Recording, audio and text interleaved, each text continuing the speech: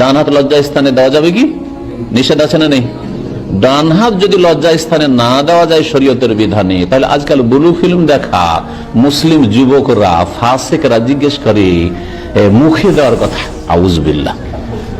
আর আমি কয়েকজন লোকের কথা শুনেছি এরকম, যারা মাদ্রাসা পড়ুয়া মুফতি, তারা ফতোয়া দিয়েছে যে বাধা কোথায়? গায়র ফাকি জাহেল, এগুলো মাদ্রাসা পড়েছে ঠিক, কিন্তু ফিকহে না, জ্ঞান নেই।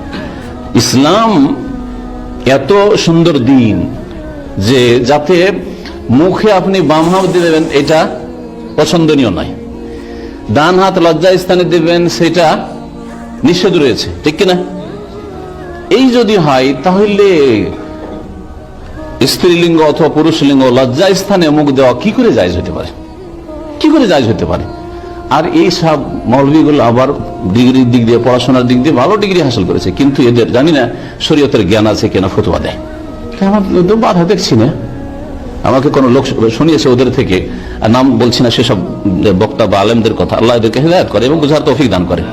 আমি কিছু আম দলিল বললাম যাতে করে দিন ইসলামে এত নোংরামি নাই।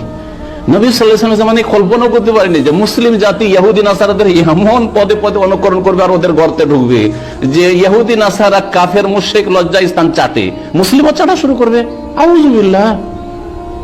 এটা কল্পনাতে ছিল না, না হলে স্পষ্ট ভাষাতে আসতো। কিন্তু শরীয়তে কিছু আম দলিল আছে, উমুমুল আদিল্লাহ, শরীয়তে কিছু মৌলিক নীতিমালা আছে, যেগুলি দিয়ে আপনাকে সিদ্ধান্ত নিতে হবে যে এটা জায়েজ হতে পারে না জায়েজ হতে পারে।